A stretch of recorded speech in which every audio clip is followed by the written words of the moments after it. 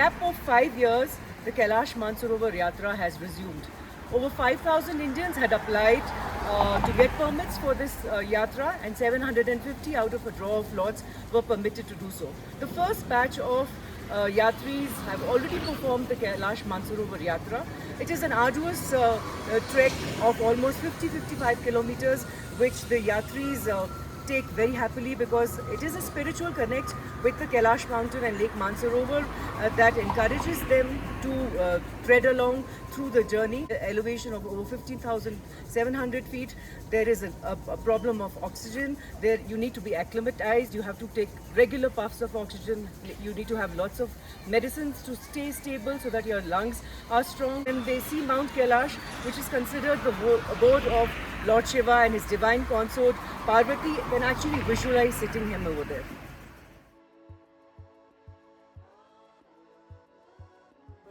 My name is Pinkesh Patel from Somerset, New Jersey. हम अभी अपना second day finish किया परिक्रमा का, which everybody says the toughest day, and it is toughest day. So people should be really careful. So देरापुक से हमने start किया और यहाँ तक 22 किलोमीटर से ज़्यादा थोड़ा ऊपर जर्नी है. The toughest part is the hike, the steep hike, first 8 या 9 miles जितना है. तो वहाँ थोड़ा संभाल के पहुँचना है ऊपर दौलमाला पास पे, और वहाँ ज़्यादा रुकना नहीं है क्योंकि that's the highest elevation and lowest oxygen. काफ़ी इंसिडेंट होते हैं वहाँ. भक्ति तो है, तभी तो यहाँ आए हैं. मेरा तो ऐसा लगता है कि महादेव का बुलावा आया है. मेरा तो आने का कोई प्लान ही नहीं था. My name is Shilpa Piyush, but I came from Texas, Dallas. Oh, okay. So is this your first time at Kailash? Yes. So how did you decide to come? It's like क्या बोलूँ मैं? बस I feel कि I have to touch one time Baba's feet, so that my mind and my soul had connected, and Baba's bulava is there. And you are a Shiv bhakt? I'm Brahmin. My whole family is a big devotees for Shiva. And what people have come from the US? 30. 30. And it started on today 15th of June. And today is the 25th. 25th. 10 And, days. 10 days. And how was the trek? Was it very tough or? Yeah, second day parikrama is very difficult because it's a 22 kilometers and very downhill and uphill, and suddenly it's like sea level से काफ़ी बहुत high हो जाता है. Oxygen is an issue. तो oxygen is issue. So you carry your oxygen cylinder? No. Only carry my Vincent Kapoor camphor. You take a bite of the camphor? No, Or just you sniff it. Just sniff it. Just by sniffing camphor, your oxygen levels remain the same, which is so Nepal side is not good, but as soon as you bordered in Tibet, everything is like awesome, luxury. We feel luxury because I did both. Like Everest Base Camp is a Nepal route, Right. you have to go. Right, So right. you can feel it. Kids, both side is a totally different. So what you're saying is that the Tibetan administration, the moment you stepped here, they were very, very good. So 10,000 feet, they have infrastructure. My God, you can go like smoothly.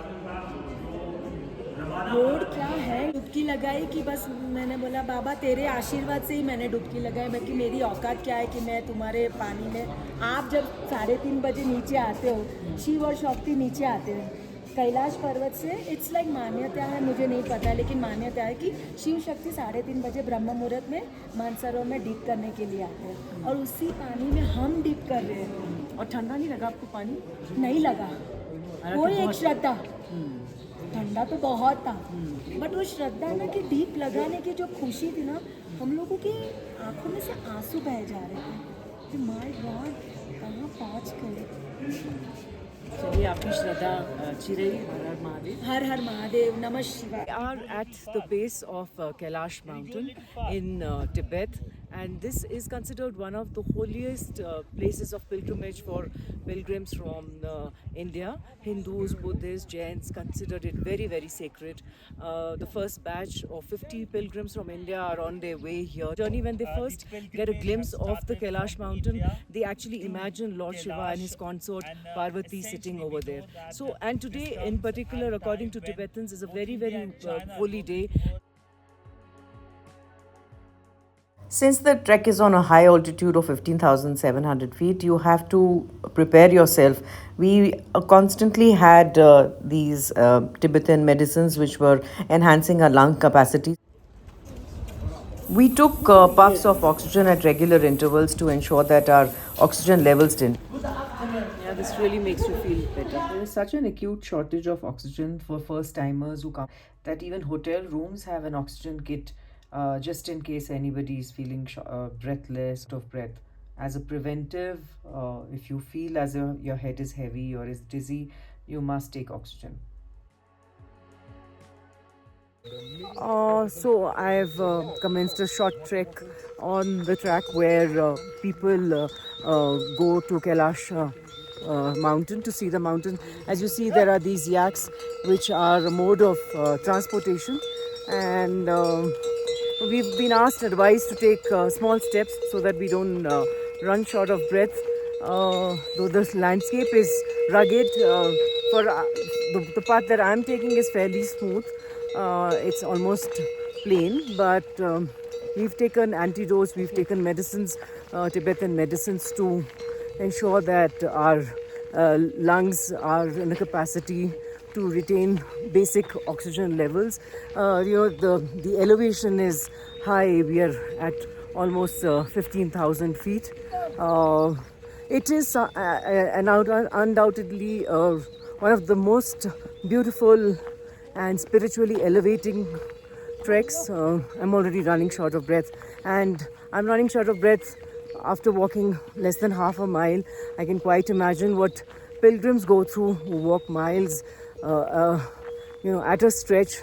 I was told by a pilgrim that they walk almost 15 miles a day before they rest for the night. So it is endearing, it is enchanting. As you can see, there are people moving up and down this hill. The terrain is rugged, but it is fairly smooth in the patch that I'm walking in.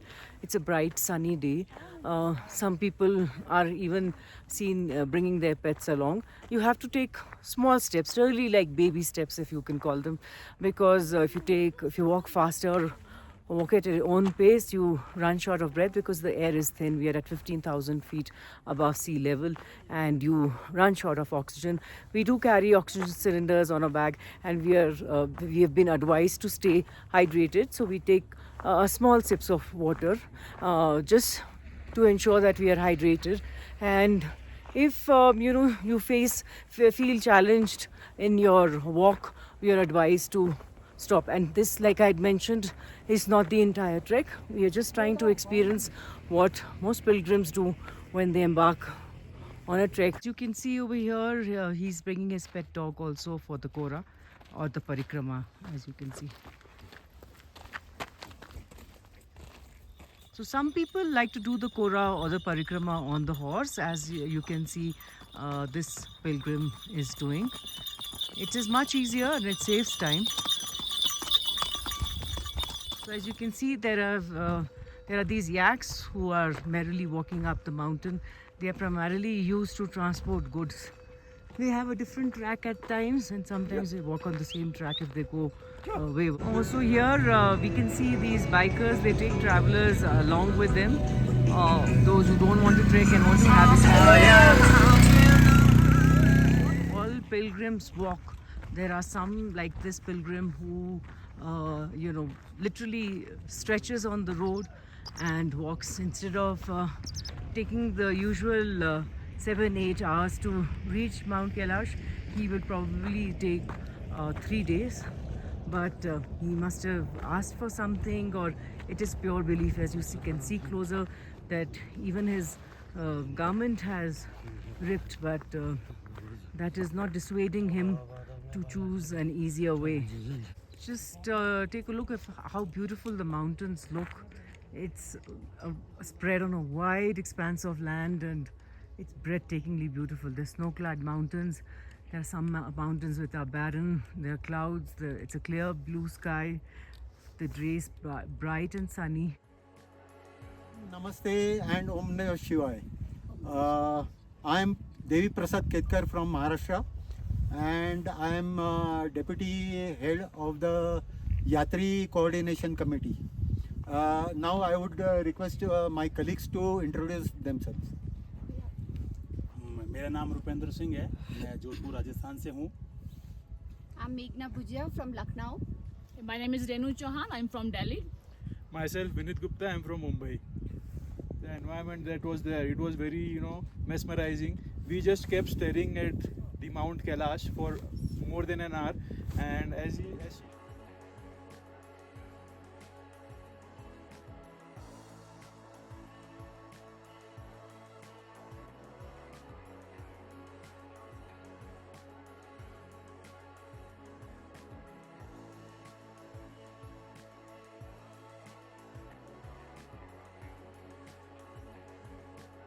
So I have here with me one of India's most respected and credible journalists, Suhasini Haider.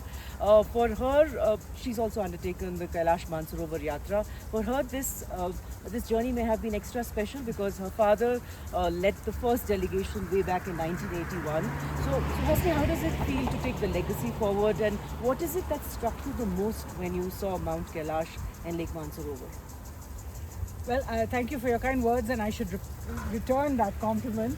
The truth is that the Kailash Mansarovar Yatra, as you rightly said, is also a personal journey because I grew up hearing stories of it. In 1981, I wasn't even 10 years old, but I can remember the stories I heard from my father of going there, of the impact of being there as well. And I have to say that going there in 2025 was something I never thought would happen, because I never thought, firstly, that I would have the stamina to undertake the pilgrimage. So the only way this could have come true is perhaps as a journalist, there to cover the reopening of the yatra. And whether it was Mount Kailash, whether it was Mansarovar, or whether it was the entire, the Himalayan range around it, what they call a lotus around Mount Kailash, it's a very moving sight. I think the collective faith of so many people, not just one faith, but so many faiths, is definitely very powerful. And you think that the number of permits that were given should gradually increase? What do you think would be the best number? Well, the number has changed every year. I'm talking before 2020, when the yatra was suspended. The number had never been the same every year. It's about a very calibrated negotiation between the Ministry of External Affairs and the Foreign Ministry in China as to how many are allowed each year. The weather ensures that the time span is limited to about 3 months of the year when people can go. Otherwise, it's just too cold to send yatris from India who are not used to the cold there. So therefore, in those 3 months, how many yatras can you allow? In 2019, I think 1,346 pilgrims went. Different times there have been different numbers. I certainly think that any increase in the number of pilgrims has to be thought through. As one of, in fact, the yatris told us when he was at Mansarovar Lake, he said it doesn't matter about how many come, but that they must be respectful to the environment, they must be respectful to the sacred space, they must be educated well about how to preserve the sacred spaces that they are being privileged to see. In which case, I think, the numbers can definitely increase. Would you like to come back? I don't know if I can come back, but obviously, this is a once in a lifetime journey. If you were able to do it twice in a lifetime, I'm sure you're very blessed. Yeah. Thank you so much for saying that. Thank you.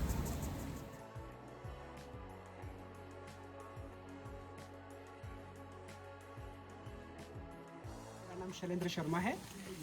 इस group में बहुत सारी committees बनी हुई हैं. मैं यात्रीज़ की जो कोऑर्डिनेशन कमेटी है उसका हेड हूँ. मैं इंट्रोड्यूस भी कराना चाहूँगा जो मेरे साथ दूसरे यात्री यहाँ खड़े हैं. प्रदन्या केतकर जी जो महाराष्ट्र से आती हैं. हमारे साथ सुमन लता जी हैं जो दिल्ली से आती हैं. मैं भी शैलेंद्र शर्मा दिल्ली से ही हूँ. हमारे साथ ध्रुव प्रकाश गुप्ता जी हैं जो लखनऊ से हैं. और हमारे साथ प्रणव गुप्ता हैं जो जम्मू एंड कश्मीर से हैं. तो हम यहाँ पर आपके साथ हमारा अनुभव शेयर करना चाहेंगे। और इतना वीआईपी ट्रीटमेंट मिला है कि हम एक्सप्लेन भी नहीं कर पाते। So here we have very celebrated and known journalist Uma Shankar Singh, and he has also experienced the Kailash Mansarovar Yatra, and I'd like to know from him, Uma, what is that one thing that struck you most when you when you went to Mount Kailash and when you saw Lake Mansarovar? First of all, I'm just a journalist, not a famous journalist. One incident I would like to mention in this blog of yours. In 2009, someone met me in Mumbai and he made a caricature of my mind. And in that caricature, he wrote that one day you will be able to visit Kailash Mansarovar. And that picture I kept till date. I can show you that picture also. You can use that picture. So the day I got to know that I'm traveling to this holy lake and the holy mountain, I was feeling like amazed. So it's for me dream coming true. I cannot express in words the feeling I'm having right now. Yeah, and you know, when as pilgrims come from India, they form a community called the Kailashis. They connect with each other spiritually. So hopefully, from being fellow journalists now, we'll also have a spiritual connect because we went through this entire journey together. Thank you.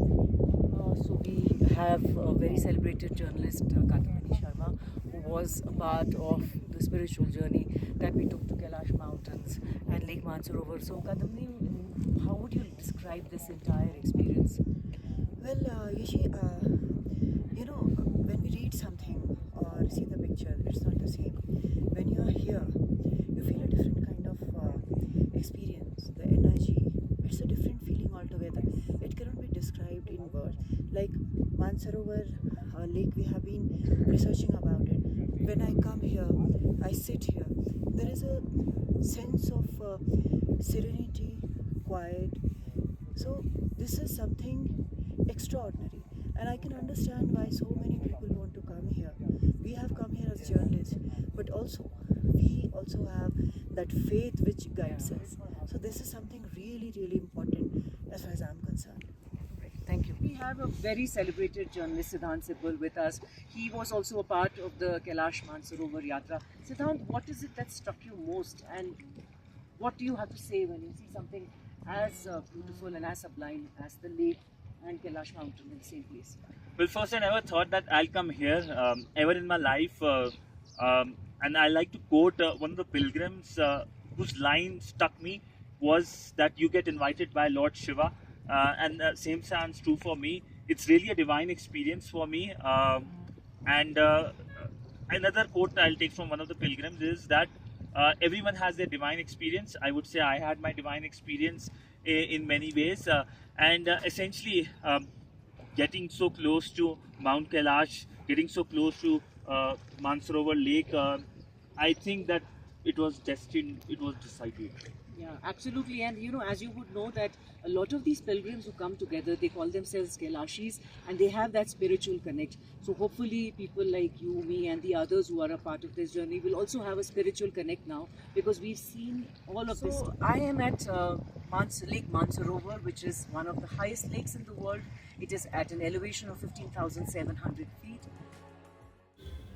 3.7 kilometers away from Lake Mansarovar is another lake called Rakshasthal. Rakshasthal has the shape of a crescent, and it's a saltwater lake. So there are no fishes. There is nothing that survives in that lake. And legend has it that this is a lake where Ravana performed penance, and people actually have lots of narratives of things going wrong. And since we have come from Lake Mansarovar, we've been advised not to go close to the lake or splash ourselves with any drops of water. So, you know, this is how nature is. There's a contrast between Mansarovar Lake, which is known for its purity and has a lot of religious significance. And here is Rakshasthal, which is the exact opposite. So this marks the conclusion of my spiritual journey to Kailash Mountain and Mansarovar, and it has been sublime. It is an experience worth a lifetime. It is at an elevation of 15,700 feet above the sea level. A lake, when you see it, it actually renders you speechless. It is an experience which one can't do justice in just by narrating. You can see the beautiful blue water. You can see the mountains. They have different shades. They are, it is all very sublime. It is all extremely spiritual, and I'm grateful to the Almighty that I could come here and I could, without any effort, complete my journey. Om Namo Shivaya. पतये नमः हर हर महादेव हर हर महा